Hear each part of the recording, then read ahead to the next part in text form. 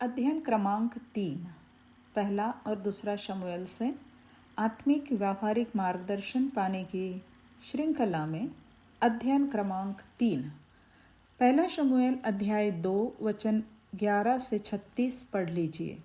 पहला शमूएल अध्याय 2 वचन 11 से 36। आइए इन वचनों में होप्नी और पिनहास के जीवन से कुछ देखते हैं।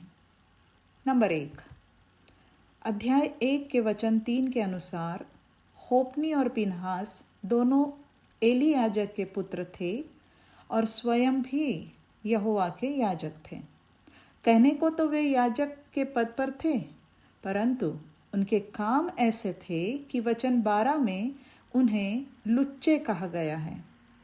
लुच्चे के लिए मूल भाषा में आया हुआ शब्द बलियाल के पुत्र है, जिसका अर्थ अत्यंत दुष्ट होना या विधर्म की संतान होना होता है। होप्नी और पिनहास याजक इस बात का उदाहरण है कि कोई व्यक्ति धर्म का सेवक हो, सार्वजनिक आराधना की अगुवाई या मसीह सेवकाई करता हो या धर्म के कामों में लगा हुआ हो, तो यह इस बात का प्रमाण नहीं होता है कि वह वास्तव में परमेश्वर का जन होगा ही। होप्नी और पिनहास याजक थे, परंतु लुच्चे थे। नंबर 2, होप्नी और पिनहास के बारे में वचन 12 में ही लिखा है कि उन्होंने यहोवा को नहीं पहचाना था। ऐसा इसलिए कहा गया था क्योंकि उनका चाल चलन यहोवा की आज्ञाओं के अनुसार यहोवा के भय में चलने वाला नहीं था। यदि हम परमेश्वर की आज्ञाओं का उल्लंघन करते हैं, उसकी विधियों का गंभीरता से पालन नहीं करते, उसकी पवित्रता का आदर नहीं करते और उसके भय की उपेक्षा करते हैं, तो हमारे विषय में भी यही निष्कर्ष सही होगा कि हमने परमेश्वर को नहीं पहचाना है। नंबर 3, होप्नी और पिनहास के बारे में बताते हुए वचन 13 और 14 में लिखा है कि जब कोई मनुष्य मेल बलि चढ़ाता था, तब याजक का सेवक मांस पकाने के समय एक त्रिशूली कांटा हाथ में लिए हुए आकर उसे कढ़ाई व हंडे या तसले के भीतर डालता था और जितना मांस कांटे में लग जाता था उतना याजक आप ले लेता था। यूं ही वे शिलो में सारे इस्राएलियों से किया करते थे जो वहां आते थे। इसका मतलब यही है कि होप्नी और पिनहास मेलबलि से मिलने वाले उस सीमित भाग में संतुष्ट नहीं थे जो परमेश्वर की व्यवस्था के अनुसार याजकों के लिए ठहराया गया था, जैसे कि निर्गमन 29 के वचन 27 तथा लेवी व्यवस्था 7 के वचन 31 से 32 में लिखा है।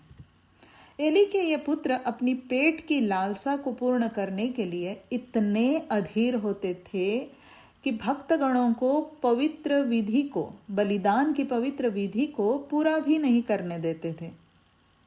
वचन 15 और 16 में लिखा है कि उनका सेवक चर्बी जलाने से पहले ही आकर मेल बलि चढ़ाने वाले से कहता था कि कबाब के लिए याजक को मांस दे, वह तुझसे पका हुआ नहीं कच्चा ही मांस लेगा। और जब कोई उससे कहता कि निश्चय चर्बी अभी जलाई जाएगी, तब जितना तेरा जी चाहे उतना ले लेना, तब वह कहता था नहीं अभी दे, नहीं तो मैं छीन लूंगा।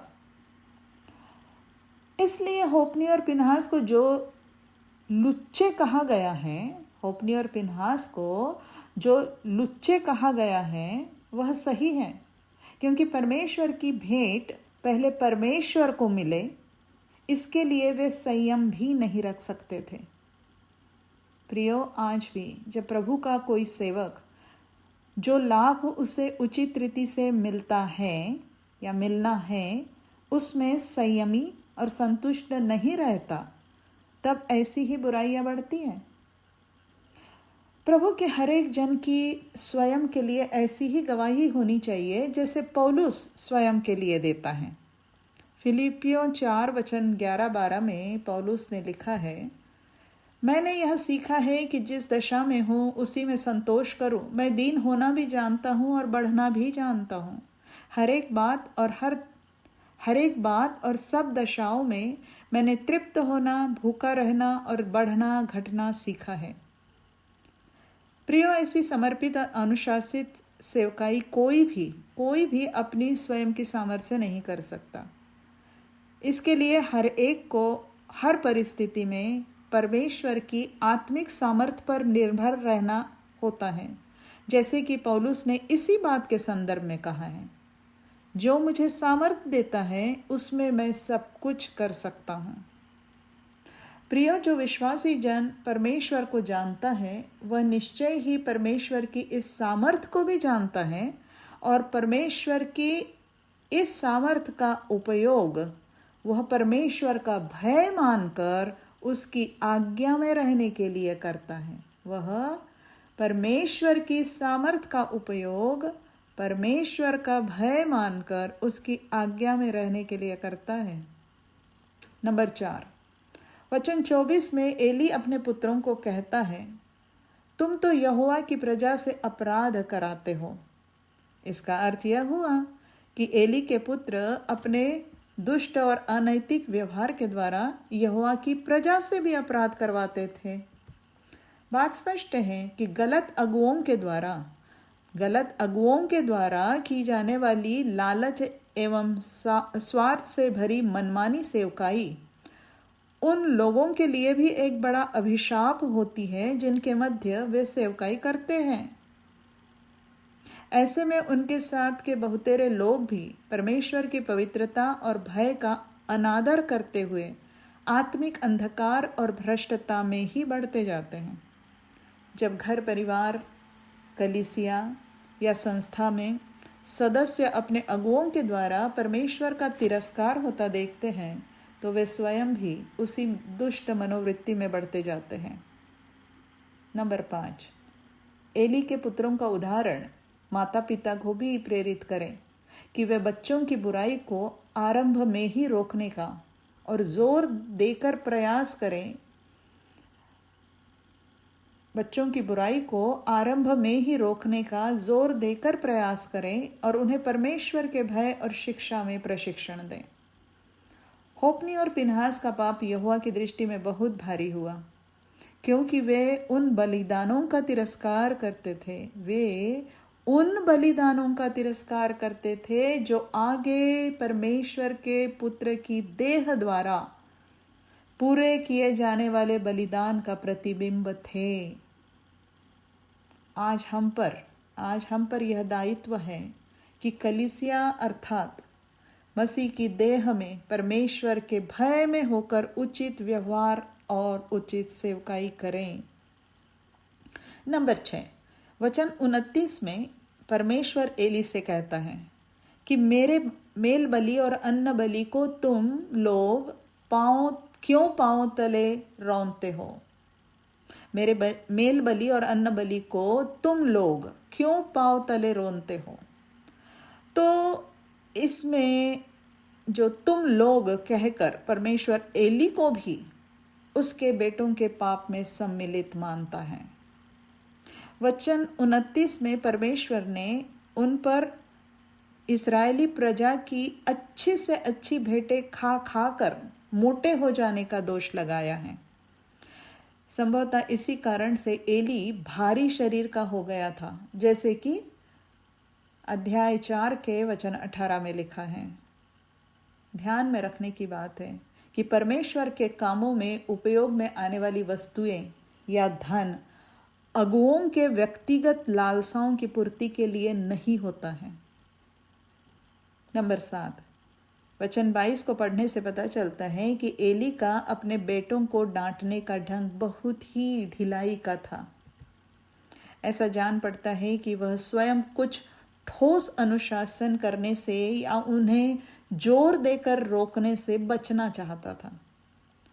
एली को अच्छे और बुरे तथा पाप और अपराध की समझ थी। उसे परमेश्वर के विरुद्ध जाने के भयंकर परिणाम का भी ज्ञान था। इसीलिए वह वचन 25 में कहता है यदि कोई मनुष्य यहोवा के विरुद्ध पाप करे तो उसके लिए कौन विनती करेगा? इस कथन में उसने सही शिक्षा तो दी थी, तो भी उसका दोष यह था कि वह अपने बेटों को उस पवित्र सेवा से हटाने का निर्णय लेने से कतराया था। वह याजक होने के नाते एक न्यायी भी था और उसे अधिकार था कि वह अपने बेटों को याजक पद से हटाए। इसीलिए तो अध्याय 3:13 में परमेश्वर ने उस पर दोष लगाया कि उसने उन्हें नहीं रोका, उसने उन्हें याजक पद पर बने रहने दिया। तो यह ऐसे गिना गया, परमेश्वर के द्वारा ऐसे गिना गया कि उसने उन्हें परमेश्वर की विधियों का तिरस्कार करने की छूट दे दी। हम इस बात को ध्यान में रखें कि यदि वे लोग जिनके पास अनैतिक लोगों को सेवकाई से निकालने का या बुराई को रोकने का अधिकार होता है, वे अपने कर्तव्य का पालन नहीं करते, यदि वे अपने कर्तव्य का पालन नहीं करते तो वे भी उनके पाप में सहभागी माने जाते हैं और परमेश्वर उन्हें भी दंड देता है, जैसे कि वचन 31 से 34 में परमेश्वर ने एली को भी दंड दिया।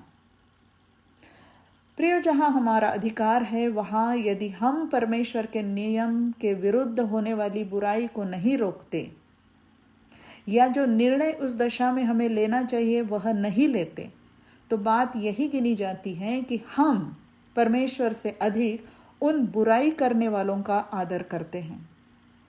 जैसे कि वचन 29 में परमेश्वर ने एली पर दोष लगाया कि तू क्यों अपने पुत्रों का आदर मेरे आदर से अधिक करता है।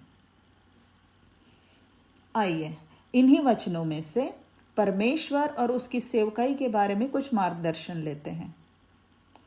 वचन 17 और 29 के अनुसार हम समझ लें कि परमेश्वर की विधियों और आज्ञाओं का तिरस्कार करना परमेश्वर का आदर न करने के समान होता है। वचन 27, 28 और 29 से हम समझ लें कि परमेश्वर की भलाई, उसका अनुग्रह हमें इस कर्तव्य के बंधन में लाता है कि हम उसकी आज्ञाओं का पालन करें।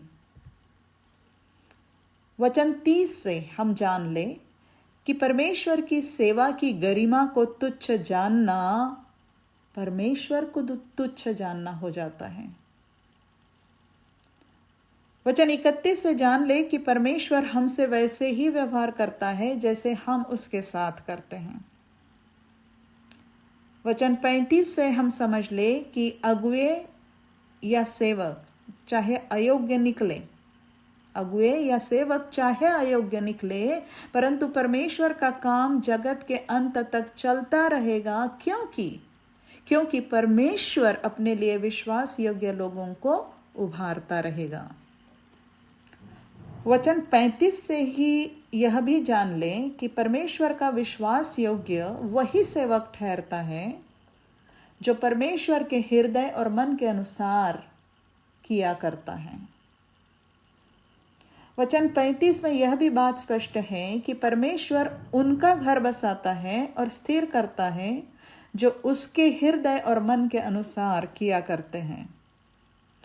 वचन 36 से हम चेतावनी ले लें कि परमेश्वर को तुच्छ जानने वालों को प्रभु के उस जन के सामने झुकना पड़ता है जो परमेश्वर के प्रति विश्वास योग्य रहता है।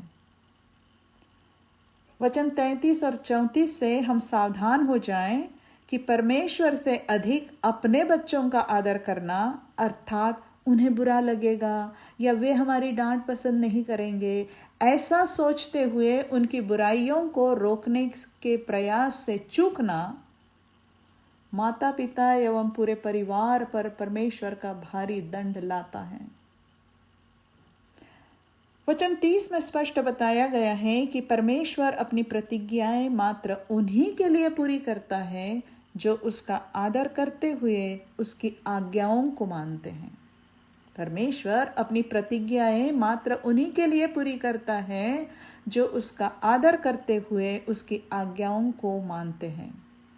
प्रियो, यदि हम मसीह यीशु में उद्धार पाए हुए हैं, तो यूहन्ना 15 के वचन 16 के अनुसार मसीह ने हमें चुन लिया है। और पहला पत्रस अध्याय 2 के वचन 9 के अनुसार परमेश्वर ने हमें याजकों का समाज ठहराया है। हमें हम पर हुए इस विशेष अनुग्रह का आदर करना चाहिए। हमें हम पर हुए इस विशेष अनुग्रह का अनादर नहीं करना चाहिए। हमें अपने परिवारों में और कलीसिया में हमारे लिए ठहराई गई मसीही जिम्मेवारियों के प्रति विश्वास योग्य बने रहना चाहिए।